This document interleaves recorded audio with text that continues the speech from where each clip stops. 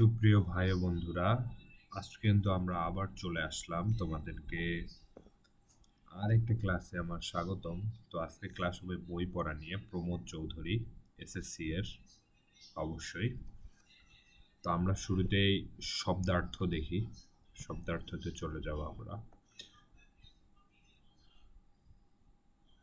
আচ্ছা, দেখো শব্দার্থ দেখো। শৌখিন, শৌখিন শব্দের অর্থ হচ্ছে রুচিবান। শৌখিন মানে রুচিবান। এবং উদ্দাহু মানে ঊর্ধ্ববাহু, মানে আমাদের যে ঊর্ধ্ব বাহুটা আছে না হাতের, যে কনুইয়ের উপরে যেটা, ওটাকে বলা হচ্ছে উদ্দাহু বা আহ্লাদে হাত ওঠানো, মানে হাত তোলায়। এটা এটা গল্পের ভিতরে হাত ওঠানোকে বোঝানো হয়েছে। তারপর ডেমোক্রেসি, ডেমোক্রেসি মানে তো জানো, গণতন্ত্র। তারপরে সন্দিহান মানে সন্দেহযুক্ত এমন কিছু। সন্দিহান মানে সন্দেহযুক্ত। সুসার, সুসার শব্দের অর্থ হচ্ছে প্রাচুর্যতা।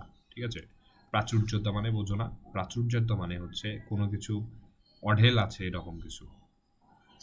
ঠিক আছে। মানে সচ্ছলতা, মানে কোনো কিছুর কমতি নেই এরকমের কিছু অর্থে ব্যবহার হয় এটা। তারপরে জজ, জজ শব্দের অর্থ হচ্ছে বিচারক, কোর্টে যিনি থাকেন। তারপর ভারেও ভবানী মানে হচ্ছে রিক্ত বা শূন্য। ভারেও ভবানী মানে হচ্ছে, এটা প্রতীকী অর্থে ব্যবহৃত হয়, এটা শূন্য। এটা মানে হচ্ছে কিছুই নেই এমন কিছু।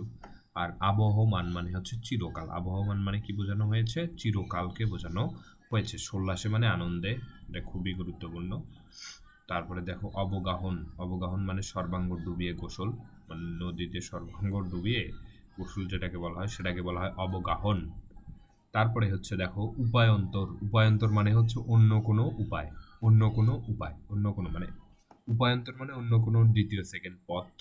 তারপরে স্বশিক্ষিত, স্বশিক্ষিত মানে কি সেটা বুঝতে হবে। স্বশিক্ষিত মানে যে নিজে নিজে শিক্ষিত, আসলে শিক্ষক নাই আর কি। আর আমরা কিন্তু সবাই স্বশিক্ষিত, শিক্ষক আমাদের জাস্ট সাহায্য করে। প্রচ্ছন্ন, প্রচ্ছন্ন মানে কি? প্রচ্ছন্ন মানে হচ্ছে গোপন, প্রচ্ছন্ন মানে গোপন। ঠিক আছে। জীর্ণ, জীর্ণ মানে হজম, হজম করা অর্থে কি বোঝানো হয়? জীর্ণকে বোঝানো হয়।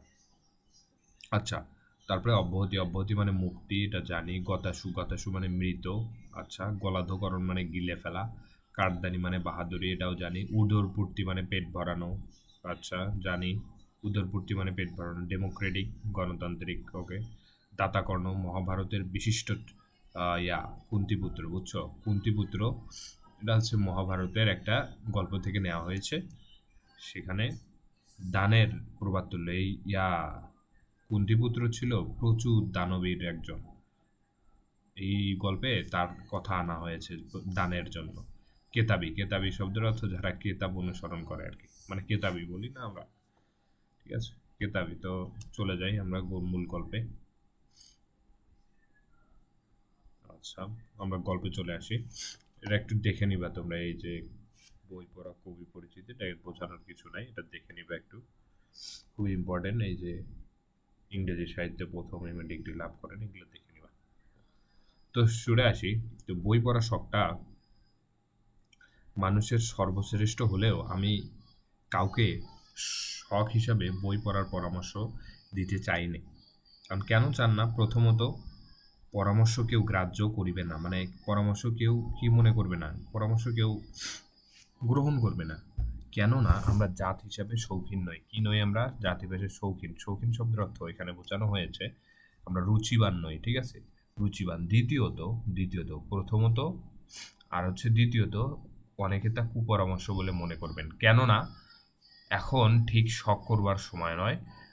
আমাদের এই রোগ শোক দুঃখ দরিদ্রর দেশে সুন্দর জীবনযাপন করাই যখন প্রধান সমস্যা, তখন সেখানে জীবন, তখন সেই জীবনকেই সুন্দর করা, মহৎ করা প্রস্তাবনের কাছে, অনেকের কাছে নিরর্থক।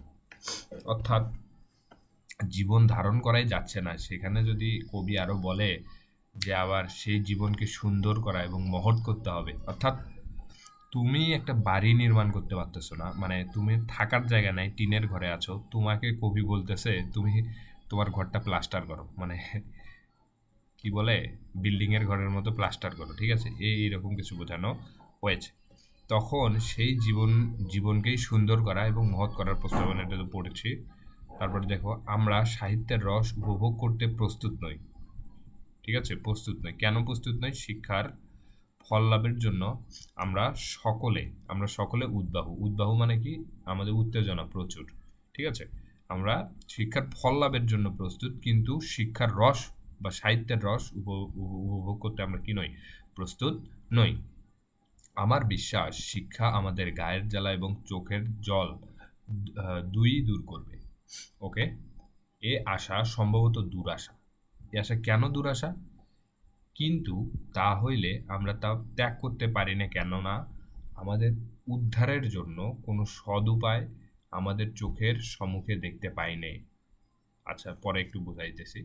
শিক্ষার মহত্বে আমিও বিশ্বাস করি, এবং যিনি যাই বলুন, শিক্ষা সাহিত্য চর্চা যে শিক্ষার প্রধান অঙ্গ সে বিষয়ে কোনো সন্দেহ নাই।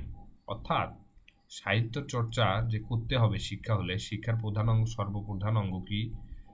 শিক্ষার সর্বপ্রধান অঙ্গ হচ্ছে সাহিত্য চর্চা। এটা কিন্তু এমসিকিউ আসবে তোমাদের, খুবই গুরুত্বপূর্ণ একটা এমসিকিউ। সাহিত্য চর্চা শিক্ষার সর্বপ্রধান একটা অঙ্গ, সে বিষয়ে কবির কোনো সন্দেহ নাই। লোকে যে তা সন্দেহ করে, তার কারণ এই শিক্ষার ফল হাতে নাতে পাওয়া যায় না, কেননা তা নগদ বাজার দর নেই। এই কারণে ডেমোক্রেসি সাহিত্যের সার্থকতা বোঝে না। অর্থাৎ এখানে বোঝানো হয়েছে গণতন্ত্র সাহিত্যের সার্থকতা বোঝে না। কেননা মানে সাহিত্য যে পাঠ করলে সাথে সাথে একটা ফল ভোগ করা যায় এমন না। যেমন তুমি মনে করো এই কিছু করলা, একাডেমিক একাডেমিক পড়াশোনা করলা, যার ফলে তুমি চাকরি বাকরি এগুলো পাবা, ঠিক আছে, এগুলো তুমি দুনিয়ায় বেনিফিট পাবা। বাট এই যে সাহিত্য পড়লে তুমি তো তোমার কোনো লাভ দেখতেছো না বা পার্থিবভাবে, কিন্তু সাহিত্য পড়লে যে একটা মানে মনের যে আকুলতা, এই বিষয়টা যে মানে মিটে যায়, এই বিষয়টা কবি বলছেন। এই যে এই বিষয়টা কেউ আমরা বোঝে না, কারণ এখানে নগদ বাজার দর নাই। এই যে এরকম আমরা সাথে সাথে চাকরি বাজার টাজার এগুলো পাই না, ঠিক আছে। বোঝে শুধু অর্থের সার্থকতা, মানে আমরা এই যে চাকরি করি অর্থের সার্থকতা, পড়াশোনা করতেছি এই জন্য এই অর্থের সার্থকতা আমরা বুঝি। ডেমোক্রেসির গুরুরা চেয়েছিলেন সকলকে সমান করতে। ওকে, মানে ডেমোক্রেসি মানে যারা আছে যে রাজনীতির প্রধান আছে, রাজনীতি দলের ডেমোক্রেসির প্রধান, গুরু এখানে প্রধান বোঝানো হয়েছে। শিষ্যরা তাদের কথা উল্টে বুঝে প্রতিজনই হতে চায় বড় মানুষ। দেখো না যে নেতার বড় মানে চেলাপেলাগুলো বড় হতে চায়, একটা মনে করো নেতার পা চেপতে চেপতে অবস্থা খারাপ। তো একটি বিশিষ্ট অভিজাত সভ্যতার উত্তরাধিকারী হয়েও ইংরেজি সভ্যতার সংস্পর্শে এসে আমরা ডেমোক্রেসির গুণগুলো আয়ত্ত না পেরে তার দোষগুলো আত্মসাৎ করেছি। আচ্ছা, এ কারণও স্পষ্ট। ওকে, ব্যাধি সংক্রামক, স্বাস্থ্য নয়। কি গুরুত্বপূর্ণ একটা লাইন! ব্যাধি সংক্রামক, স্বাস্থ্য নয়। বুঝছো? এখানে ব্যাধি বলতে রোগ ব্যাধি, রোগ ব্যাধি হচ্ছে সংক্রামক, তোমার স্বাস্থ্য নয়। অর্থাৎ একজনের স্বাস্থ্য আছে, ঠিক আছে, এই স্বাস্থ্য নিয়ে সে যদি আরেকজনের কাছে যায়, মানে একজনের শরীর আছে সে যদি আরেকজনের কাছে যায় তাহলে কোনো ক্ষতি হবে না, কিন্তু একটা রোগ যদি নিয়ে যায়, এই রোগটা সংক্রামক, এই রোগটা আরেকজনের কাছে সংক্রমণ করবে, কিন্তু এই স্বাস্থ্যটা কি করবে না, সংক্রমণ করবে না। এটা কিন্তু বুঝতে হবে তোমাদের। কেন বোঝানো হয়েছে একটু পরে বলছি। এখানে দেখো, আমাদের শিক্ষিত সমাজের লোলুপ দৃষ্টি আজ অর্থের উপরেই পড়ে আছে, ঠিক আছে। আমাদের মানে লোলুপ দৃষ্টি মানে সম্পূর্ণ দৃষ্টি আমাদের সেখানে অর্থের ভিতরে পড়ে আছে। সুতরাং সাহিত্য চর্চার সুফল সম্বন্ধে অনেক সন্দিহান। ওই যে টাকা পয়সা পাওয়া যায় না, যার হাজারখানা ল রিপোর্ট কেনেন, যারা হাজারখানা ল রিপোর্ট কেনেন তারা একখানা কাব্যগ্রন্থ কিনতে প্রস্তুত নন। মানে যারা মনে করো এই যে উকিল চর্চা করতেছে, তারা মনে করো ল রিপোর্ট কেনেন হাজারখানা টাকা দিয়ে, কিন্তু তারা একটা কাব্যগ্রন্থ কিনতে প্রস্তুত নন, কারণ কাব্যগ্রন্থ পড়ে তো লাভ নাই, পার্থিবভাবে কোনো লাভ পাওয়া যায় না, টাকা পয়সা পাওয়া যায় না, কেননা তাতে ব্যবসার কোনো সুসার নেই। দেখছো, নজির না আউড়ে কবিতা আবৃত্তি করলে মামলা যে হারতে হবে সে তো জানা কথা। মানে তুমি যদি এখন নজির না আউড়ে, মানে তুমি যদি এখন ওই যে ল রিপোর্ট যদি না পড়ে যদি সেই সময় কবিতা আবৃত্তি করো, তো মামলা তো হারে যাবে। এটাই কথা বলছে। কিন্তু যে কথা জজে শোনে না, যার মূল্য নেই, এটাই হচ্ছে পেশাদারের মহাভ্রান্তি। মানে যে কথা মহাকাব্য আমার পড়ে লাভ কি, আমার তো এটা পেশাদার, আমার তো বসে শুনবে না, অফিসে তো কাব্য দিয়ে চলবে না, ঠিক আছে না। অফিসে চলবে কি, অফিসে চলবে বিভিন্ন টেকনিক্যাল জ্ঞান। তো জ্ঞানের ভাণ্ডার যে ধনের ভাণ্ডার নয় এ সত্য তো প্রত্যক্ষ। এই দেখো, জ্ঞানের ভাণ্ডার যে ধনের ভাণ্ডার নয় এ সত্য তো প্রত্যক্ষ। কিন্তু সমান পার্থক্য না হলে সমান সত্যি যে এ যুগে যে জাতির জ্ঞানের ভাণ্ডার শূন্য সে জাতির ধানের সরি ধনের ভারেও ভর পায়নি। ঠিক আছে, মানে যে জাতি জ্ঞানের ভাণ্ডার নাই, জ্ঞানের ভাণ্ডার খুবই নাই, মানে নাই, সে জাতির ধনের ভাণ্ডারও ভরে অভাব নেই। কারণ জ্ঞানটাই কিন্তু সবকিছু। ঠিক আছে, জ্ঞানটাই কিন্তু কি সবকিছু একটা জাতির জন্য। এটা গুরুত্বপূর্ণ একটা লাইন। তো তারপর, যে জাতি মনে বড় নয় সে জাতি জ্ঞানেও বড় নয়, এটা আরেকটা গুরুত্বপূর্ণ লাইন। যে জাতি মনে বড় নয় সে জাতি জ্ঞানেও বড় নয়। কেননা ধনের সৃষ্টি যেমন জ্ঞান সাপেক্ষ, তেমনি জ্ঞানের সৃষ্টিও মন সাপেক্ষ। মানুষের মনকে সরল, সচল, সরাগ এবং সমৃদ্ধি করার ভার আজকের দিনে সাহিত্যের ওপর ন্যস্ত হয়েছে। এখন গুরুত্বপূর্ণ কিছু লাইন শোনো আমার কাছ থেকে। কবি কেন বলেছেন যে যে জাতি জ্ঞানে বড় নয়, যে জাতি মনে বড় নয় সে জাতি জ্ঞানেও বড় নয়। কেন এই কথাটা বলা হয়েছে? প্রকৃতপক্ষে মনকে প্রসার করতে বা মনকে তোমার বিকশিত করতে দরকার সাহিত্য পড়াশোনার। কি দরকার? সাহিত্য পড়ালেখার দরকার। এখন যে জাতি সাহিত্য পড়ে না সে জাতির মনও বড় নয় এবং সেই জাতি জ্ঞানেও বড় হতে পারে না। দেখছো লাইন? যে জাতি সাহিত্য পড়ে না, যে জাতি তারা কি নয়, জ্ঞানে বড় নয়, এবং জ্ঞানে বড় না হওয়ার কারণে সেই জাতির কি হবে না, ডেভেলপমেন্ট খুব কম হবে। ঠিক আছে, সেটা বোঝানো হয়েছে। কেননা মানুষের দর্শন, বিজ্ঞান, ধর্মনীতি, অনুরাগ, বিরাগ, আশা, নৈরাশ্য, তার অন্তরের স্বপ্ন এবং সত্য, এই সকলের সমবায়ে সাহিত্যের জন্ম। অপরাপর শাস্ত্রের ভিতরে আছে যে সব হচ্ছে মানুষের মনের ভগ্নাংশ, তা পুরো মনটার সাক্ষাৎ পাওয়া যায় শুধু সাহিত্যে। মানে মনের যে একটা দেখা, সেটা সাহিত্যেই শুধু মেলে, বুঝছো? তো দর্শন, বিজ্ঞানে ইত্যাদি হচ্ছে মন গঙ্গার তোলা জল, তার পূর্ণ স্রোত অবহমানকাল সাহিত্যের ভিতরে উল্লাসে সবেগে বেয়ে চলেছে। সেই গঙ্গাতে অবগহন মানে কি পড়ছিলাম আমরা? অবগাহন শব্দের অর্থ কি পড়ছিলাম? সর্বাঙ্গ ডুবিয়ে গোসল পড়ছিলাম। মানে সেই গঙ্গাতে গোসল করে আমরা সকল পাপমুক্ত হব। মানে সাহিত্যের যে করতে হবে, সাহিত্যের চর্চা করতে হবে। সেই সাহিত্যের জ্ঞান দিয়ে আমরা পাপমুক্ত হতে পারবো। তো অতএব দাঁড়ালো এই যে আমাদের বই পড়তে হবে, কেননা বই পড়া ছাড়া সাহিত্য চর্চার উপায়ন্তর নেই। দেখছো, সাহিত্য চর্চার একমাত্র উপায় কি? বই পড়া। প্রবন্ধর নাম কি তোমাদের? এটা বই পড়া। এটা কিন্তু প্রবন্ধ, বুঝছো? প্রবন্ধ, এটা কিন্তু গল্প না। ঠিক আছে, প্রবন্ধ আর গল্পের মধ্যে পার্থক্য জানো তোমরা? প্রবন্ধ আর গল্পের মধ্যে পার্থক্য কি বলো? প্রবন্ধ হচ্ছে কবি যা বলেন, কবি নিজ ইচ্ছায় যা বলেন, কবি যা বলবেন তাই প্রবন্ধ। মানে এখানে কোনো নাই, কবি নিজ থেকে উৎসাহ করে বলতেছে এটা।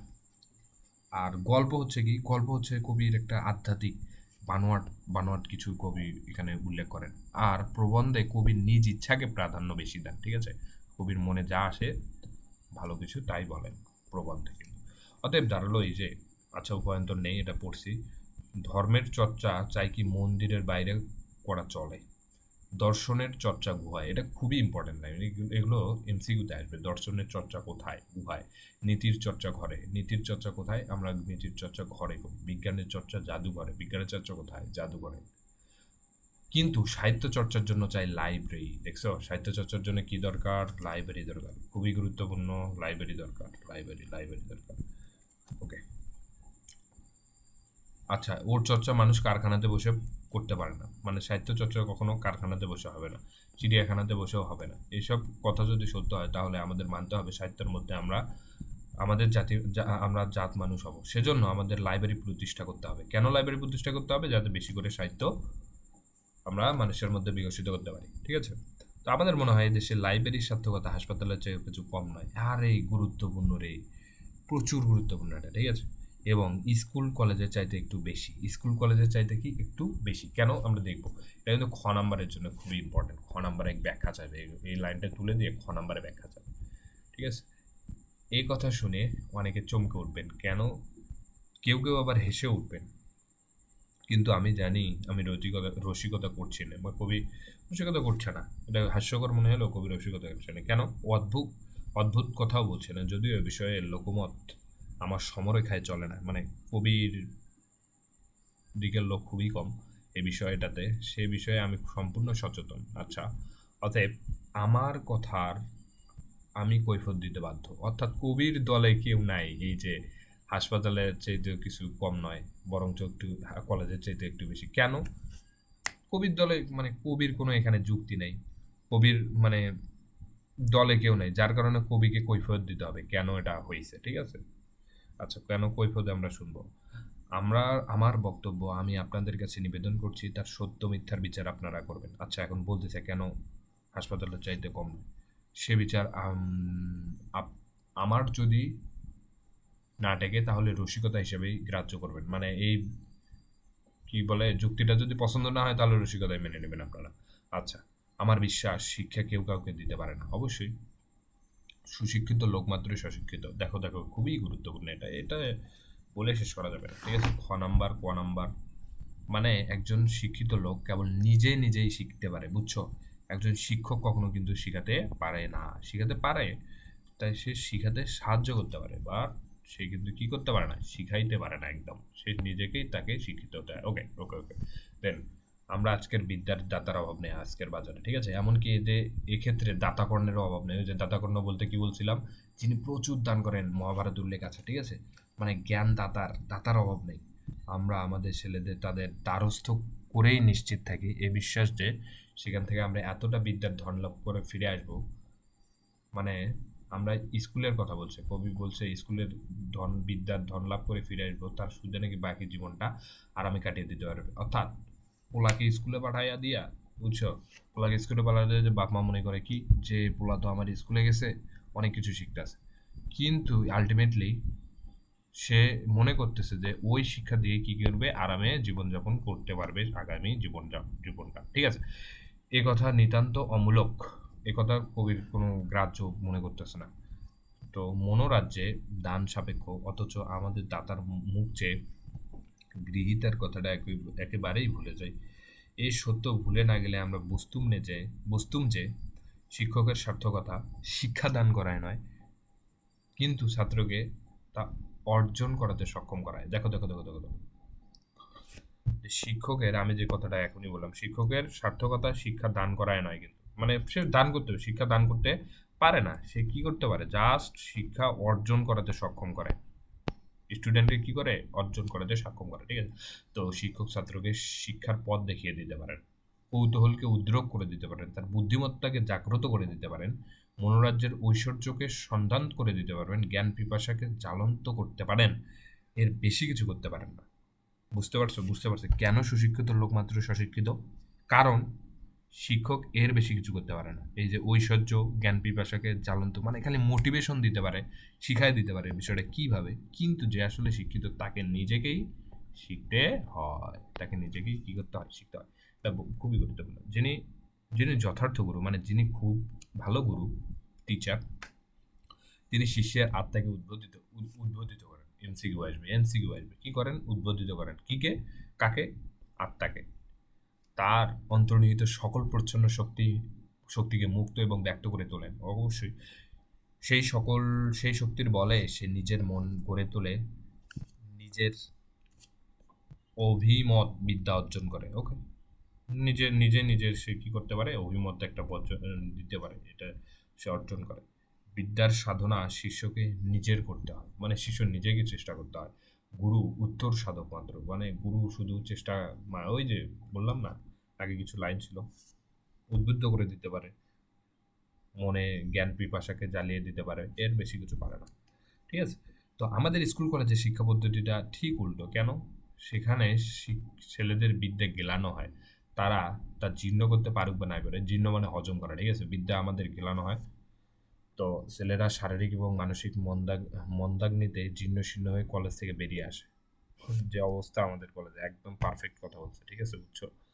তো একটা জানাশোনা উদাহরণের সাহায্যে ব্যাপারটা পরিষ্কার করা যায়। আচ্ছা, উদাহরণ দেবে। অনেক মা আছেন যার শিশু সন্তানকে ক্রমান্বয়ে গরুর দুধ কেলানোটাই মনে করেন স্বাস্থ্যকর বল বৃদ্ধির সর্বপ্রধান উপায় বলে মনে করেন। অর্থাৎ অনেক মা আছে দেখবা যে দুধ খেলে মানে পুষ্টি হবে, মানে ডিম খেলেই পুষ্টি হবে এমনটা বলে মনে করেন। তো ছোট ছেলেকে কি করে, যে জোর করে খাওয়া দেয়, বুঝছো? ডিম টিম আছে যা, দুধ মাংস ইত্যাদি খাওয়া দেয়, যে খেলেই মনে করো পুষ্টি হবে এরকম কিছু। অতিশয় উপাদেয় পদার্থ অনেক কিছু খাওয়ায়। তার উপকারিতা যে ভোক্তার জীর্ণ করিবার শক্তির ওপর নির্ভর করে। মানে উপকারিতা তখনই থাকবে, উপকারিতা অবশ্যই আছে, ডিমের উপকারিতা অবশ্যই আছে, অবশ্যই আছে, দুধেরও উপকারিতা অবশ্যই আছে, কিন্তু ততক্ষণ পর্যন্তই আছে যতক্ষণ পর্যন্ত ভোক্তার কি আছে, হজম করবার হজম হজম হজম যদি না করতে পারে ভাই, ওই জিনিসটা তো পুষ্টি আনবে না, ওই জিনিসটা আরো ক্ষতি করবে। হজম করে তো এই জ্ঞান তো মাতৃকুল শ্রেণীর নাই, মানে মায়েরা বোঝে না যে হজম না করতে পারলে সমস্যা হবে। ঠিক আছে, তাদের বিশ্বাস এই বস্তু পেটে গেলেই উপকার হবে, বুঝছো? মানে তাদের বিশ্বাস দুধ খাওয়ালেই যে ছেলে আমার পুষ্টিবান হবে, মানে স্ট্রং, অনেক স্ট্রং হবে। কাজেই শিশু তাদের গিলতে আপত্তি করলে সে ব্যাদরা ছেলে, মানে যখন ছেলের পেট ভরা আছে, ধরো আর খেতে পারবে না, তা মনে করো খেতে যাচ্ছে না, তো ছেলেকে কি বলে, ব্যাদরা ছেলে বলে। ঠিক আছে, আর তা বিন্দুমাত্র সন্দেহ থাকে না। অতএব আচ্ছা, ব্যাদরা ছেলে সে বিষয়ে আর বিন্দুমাত্র সন্দেহ থাকে না। অতএব অতএব তাকে ধরে বেঁধে জোর জবরদস্তি করে দুধ খাওয়ানো হয়, যে ধরে বেঁধে খাওয়ানো হয়, শেষটায় যদি যখন এই দুগ্ধপান ক্রিয়া হতে অব্যাহতি লাভ করিবার জন্য মাথা নাড়তে হাত পা ছুটতে শুরু করে, তখন স্নেহময়ী মাতা বলেন, আমার মাথা খাও, মরা মুখ দেখো, এ আর এক ঢোক, এভাবে নানান কথা বলতে থাকে, বুঝছো না? ওই যে বিভিন্ন ঢং ঢং চলে না, এটি। তারপর মাতার উদ্দেশ্য যে খুব সাধু সে বিষয়ে সন্দেহ করার মতো কিছু নাই। মানে বলা হয়েছে যে মাতার উদ্দেশ্য তো অবশ্যই সাধু, যে আমার ছেলে খাবে, পুষ্টিবান হবে, সে বিষয়ে কোনো সন্দেহ নাই, ঠিক আছে। কিন্তু এ বিষয়ে যে সন্দেহ নাই, উক্ত বলা কর ফলে মা শুধু ছেলের যকৃতের মাথা খান এবং ঢোকের পর ঢোক তার মরামক দেখার সম্ভাবনা বাড়িয়ে তোলেন। মানে এখানে কতটা বুঝছো? কথাটা হচ্ছে মা মনে করেন এই যে দুধ বেশি করে খাওয়ালেই মনে করো পুষ্টি হবে, কিন্তু তার যে একটা জীর্ণ করবার ইয়া আছে, মানে লিমিট আছে, যে তা হজম করবার যে একটা, মানে কি বলে এটা, অ্যামাউন্ট আছে, তার বিষয়ে তার যদি মনে করো ঠেসে ঠেসে খাওয়ানো হয়, তাহলে মনে করো সম্ভাবনা, মৃত্যুর সম্ভাবনা মানে বাড়ে আর কি, এরকম কিছু বোঝানো হয়েছে। তো সেই রকমই আমাদের স্কুল কলেজের শিক্ষা পদ্ধতিটা একই ধরনের। এর ফলে ছেলেদের সরল মন ইন্টারফেইল লিভারে গতাশু হচ্ছে, তা বলা কঠিন। অর্থাৎ ইন্টারফেইল লিভারে গতাশু মানে আমাদের মনটা, এই যে শিক্ষক মনে করেন আমাদের খাওয়াইলেই মনে করো আমরা পুষ্টিবান হবো, ওই যে তেমনই আমাদেরকে বিদ্যা গেলানো হচ্ছে খালি, আমাদের মন তো ওই যে শিশুর মতোই। এখানে যে শিক্ষকের উদ্দেশ্য সাধু, এখানে এটা বিন্দুমাত্র সন্দেহ নেই, কিন্তু ওই যে বেশি খেলে যে আবার হজম করবার শক্তি না থাকলে আবার যে মৃত্যুর কি সম্ভাবনা বাড়িয়ে তোলে, এটা কি তাদের হুঁশ না, এই বিষয়টা বোঝানো হয়েছে। আমরা কিন্তু এই আত্মার অপমৃত্যুতে ভীত ভীত হওয়া দূরে থাক, উৎফুল্ল হয়ে উঠি। আমরা ভাবি দেশে যত ছেলে পাশ করছে তত শিক্ষার বিস্তার হচ্ছে, পাশ করা শিক্ষিত হওয়া এক নয়, অবশ্যই এই সত্য স্বীকার করতে আমরা কুণ্ঠিত হই, মানে আমরা কি এই সত্যকে স্বীকার করি না। তো শিক্ষাশাস্ত্রের একজন জগৎ বিখ্যাত ফরাসি শাস্ত্রী বলেছেন, ওকে, একসময় ফরাসি দেশের শিক্ষা পদ্ধতিতে এতই বেয়ারা ছিল যে সে যুগে ফ্রান্স ওয়াজ সেভড বাই আইডলার্স। আইডলার্স মানে কি জানো? আইডলার্স মানে যারা হচ্ছে মনে করো কি বলে, অলস অলস টাইপের যারা, অর্থাৎ যারা পাস করতে চাননি বা ফ্রান্সকে রক্ষা করেছেন তারাই। অর্থাৎ কবি বলতেছে যে একসময় ফ্রান্সকে তারাই রক্ষা করছেন যারা পরীক্ষায় পাশ করে নাই, ঠিক আছে। এর এর কারণ হয় মনের বল ছিল, কলেজের শিক্ষাকে প্রত্যাখ্যান করেছিল, নয় সে শিক্ষা প্রত্যাখ্যান করেছিল বলেই মনের বল বজায় ছিল, দেখছো? মানে কি অবস্থা। এর কারণ হলো মানে শিক্ষা এত বেয়ারা ছিল যে তারা যদি শিক্ষা কলেজে মানে শিক্ষা প্রতিষ্ঠানে পড়তো, পড়াশোনা করতো, তাহলে তারা দেশকে বাঁচাইতেই পারতো না, এত বেয়ারা ছিল। আচ্ছা, আচ্ছা, সে যুগে ফ্রান্সের কীরকম শিক্ষা দেওয়া হতো আমার জানা নেই, তবুও আমি জোর করে বলতে পারি যে এই যুগে আমাদের শিক্ষা কলেজের যে রীতি চলছে তার চেয়ে সেই শিক্ষা পদ্ধতি কখনোই নিকৃষ্ট ছিল না। তাহলে দেখছো সেই শিক্ষা পদ্ধতি ভালো ছিল আমাদের থেকে বর্তমানে যেটা আছে। তো সকলেই জানেন যে বিদ্যালয়ের মাস্টার মহাশয়রা নোট দেন অবশ্যই, সেই নোট মুখস্থ করে ছেলেরা পাশ করে অবশ্যই। অ্যান্ড জুরি এ ব্যাপারে আমাদের দেশে দেখা যায়, অবশ্যই দেখা যায়। এদেশে একদল বাজিকর আছে যারা বন্দুকের গুলি আরম্ভ থেকে শুরু করে তো উত্তর উত্তরোত্তর কামানের গোলা পর্যন্ত গলাধকরণ করে, তারপর একে একে সবগুলো উগলে দেয়। এর ভিতর থেকে যে অসাধারণ কৌশল আসে সে বিষয়ে কোনো সন্দেহ নেই। কিন্তু এইগুলা আর ওগলানো দর্শকের কাছে তামাশা হলেও বাজিকরের কাছে প্রাণান্ত ব্যাপার। এখানে বাজিকর ভাবো ভাবো একজন হচ্ছে সার্কাস খেলা দেখাইতেছে যে একটা ছুরি সে মুখের ভিতর দিয়ে পেটের ভিতর ঢুকাচ্ছে পুরোটা, ঠিক আছে। এই খেলা যে বাজিকরের কাছে যে কত যে কষ্ট রে ভাই, সে কিন্তু আমাদের চোখে ধুলো দিয়েও না করে না, এটা আসলেই সত্য যে সে পেটের মধ্যে ছুরি ঢুকায়।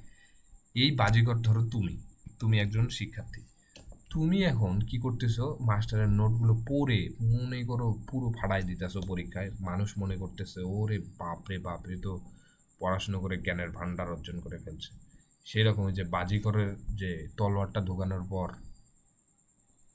দর্শকরা যে চিল্লাচিল্লি করে, কিন্তু বাজিকরের কাছে কিন্তু সেটা প্রাণের ব্যাপার, একটা প্রাণের ঝুঁকি ব্যাপার। তেমনই তোমার কাছেও কিন্তু এই যে নোট গেলা টেলা এগুলা কিন্তু একটা প্রাণান্ত ব্যাপার, সেখানে বোঝানো হয়েছে। ওই কাঠদানি করা তার পক্ষে কষ্টসাধ্য, অবশ্যই কষ্টসাধ্য। বলা বাহুল্য সে বেচারা লোহার গোলাকার এক কণাও জীর্ণ করতে পারে না। আমাদের ছেলেরাও তেমনি নোট নামক গুরুদত্ত নানা আকারের নানা প্রকারের গোলাগুলো আমাদের বিদ্যালয়ে গলাধকরণ করে পরীক্ষালয়ে তা উদ্গীরণ করে দেয়।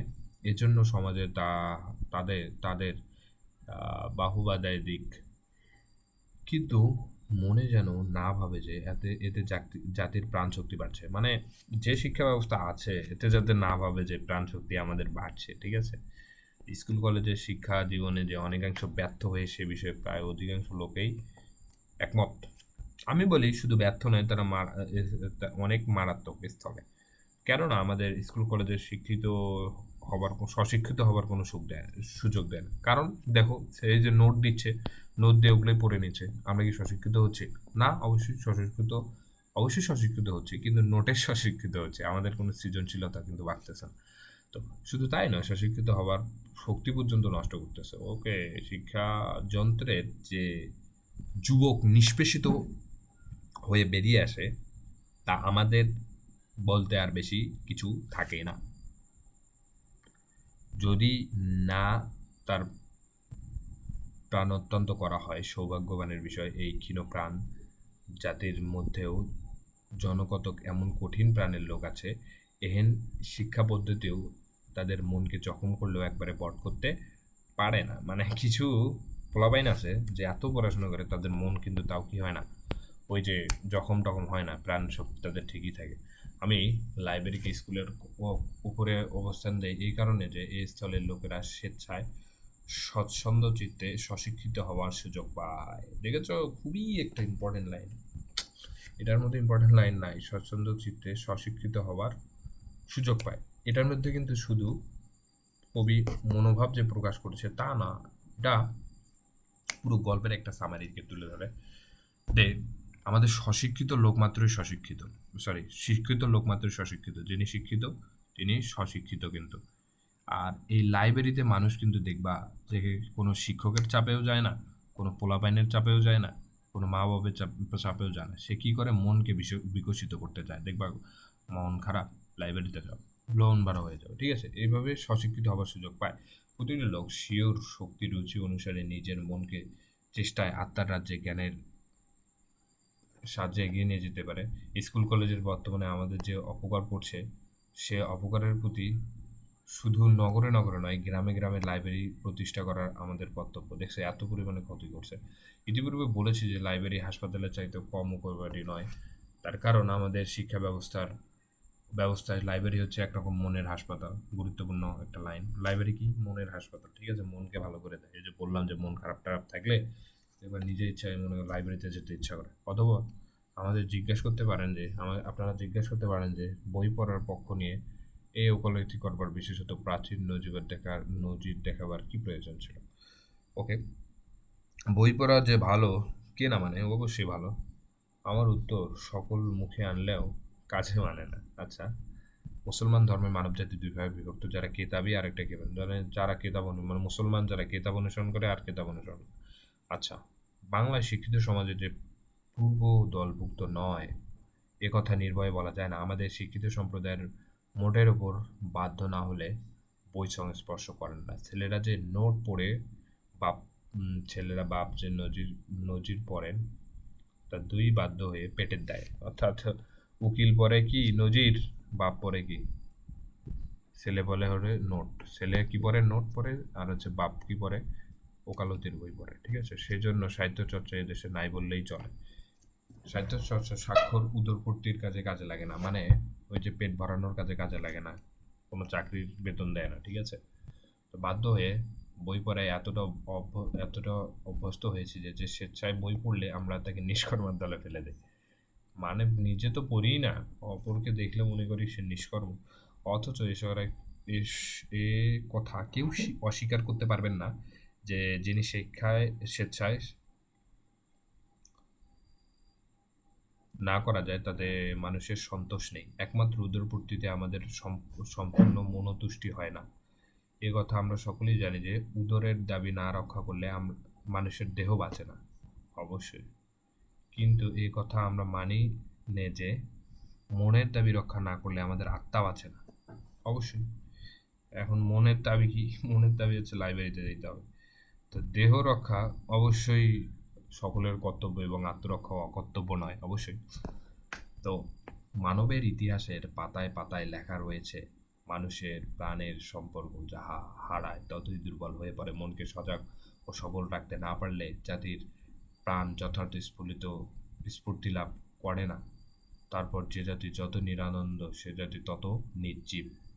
মানে যে জাতির মন যত মনে করো আনন্দ নেই, যে শুধু মনে করো কি বলে এটাকে ডিপ্রেশন, সে জাতি তো নির্জীব হবেই। আমাদের আনন্দের স্পর্শ আমাদের মনোপ্রাণ সজীব সতেজ এবং সরাক হয়ে ওঠে। সুতরাং সাহিত্যচর্চা আনন্দ থেকে বঞ্চিত হওয়ার অর্থ হচ্ছে জাতির জীবন শক্তি হ্রাস করা। অতএব এই নীতির অনুসারে তারা কর্তব্য হতে পারে না। অর্থনীতির নয়, ধর্মনীতিরও নয়। ঠিক আছে, অর্থনীতিরও নয়, ধর্মনীতির। কোন নীতি? সাহিত্য চর্চার যে একটা বিষয় রয়েছে সেটা। কাব্যমৃত্যে যে আমাদের অরুচি ধরেছে সেটা অবশ্য আমাদের দোষ নয়, আমাদের শিক্ষার দোষ। একটা গুরুত্বপূর্ণ একটা লাইন, শিক্ষার দোষ। যার আনন্দ নেই সেই নির্জীব, একথা সত্য। নির্জীব তাহলে কারা? যার মনে আনন্দ নেই। ঠিক আছে, যে নির্জীব তার মনে আনন্দ নেই, অবশ্যই সে কথা তেমনই সত্য। আমাদের শিক্ষায় আমাদের নির্জীব করেছে। দেখেছ, গুরুত্বপূর্ণ লাইন ভাই। নির্জীব করেছে কে? শিক্ষা। তারপরে জাতীয় আত্মরক্ষার জন্য এই শিক্ষা উল্টো টান যে আমাদেরকে টানতে হবে সে বিষয়ে নিঃসন্দেহ। এই বিশ্বাসের বলেই আমি স্বেচ্ছায় সাহিত্যচর্চার সপক্ষে এত বাক্য ব্যয় করলাম। আচ্ছা, সে বাক্যে আপনাদের মনোরঞ্জন করতে সক্ষম হয়েছে কিনা জানি না, সম্ভবত হয়নি, কেননা আমাদের ব্যবস্থাগত সংগ্রহে খালি কমল সুরে আলাপ করতে চলে না।